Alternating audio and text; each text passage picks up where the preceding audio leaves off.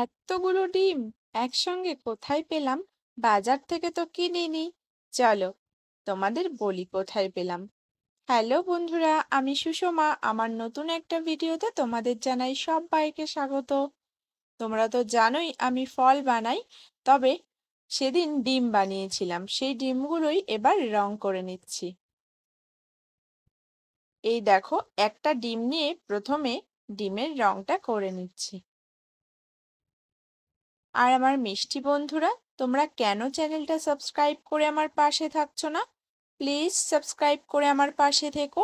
আর আমার এই ফল বানানোর এবং হাতের কাজগুলো তোমাদের কেমন লাগছে অবশ্যই কিন্তু কমেন্ট করে জানিও। তোমাদের একটা কমেন্ট আর লাইকে আমি কিন্তু ভিডিও বানাতে অনেক উৎসাহিত হই। তাই বলছি, প্লিজ তোমরা লাইক কমেন্ট করো আর চ্যানেলটি সাবস্ক্রাইব করতে কিন্তু একদমই ভুলো না। দেখো, ডিমের রংটা শুকিয়ে গেছে। একটা শুকনো কাপড় দিয়ে একটু ডিমের সারা গাটা ডলে দিচ্ছি, যাতে একটু চকচকে ভাব চলে আসে। তাহলেই কিন্তু হয়ে যাবে ডিম রেডি।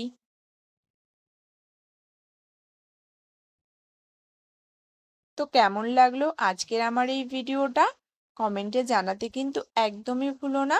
দেখো কতগুলো ডিম, দেখতে কি ভালো লাগছে। তোমরাই বলে যেও ওগুলো কিসের ডিম, পোল্ট্রি মুরগির ডিম না হাঁসের ডিম। একটু বিচুলির মধ্যে দিয়ে এইভাবে ডেকোরেশন করেছি যাতে দেখতে ভালো লাগে।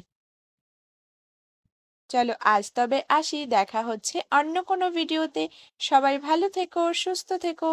ধন্যবাদ।